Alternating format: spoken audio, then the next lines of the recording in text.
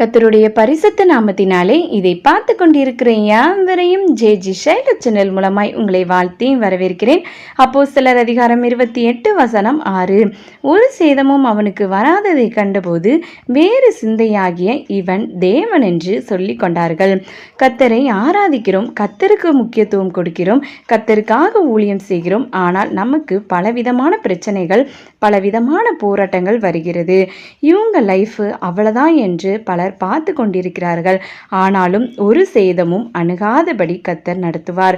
தேவ சித்தம் இல்லாமல் ஒரு முடி கூட கீழே விழாது. நாம் கர்த்தரை ஆராதிக்கிறோம், கர்த்தரை தெய்வமாக கொண்டிருக்கிறோம்.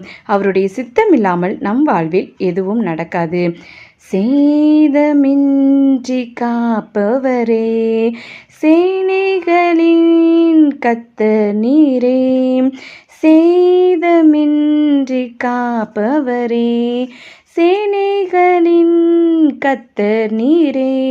ஆமென், ஹல்லேலூயா. கர்த்தர் உங்களையும் உங்கள் குடும்பங்கள் யாவரையும் ஆசீர்வதிப்பாராக.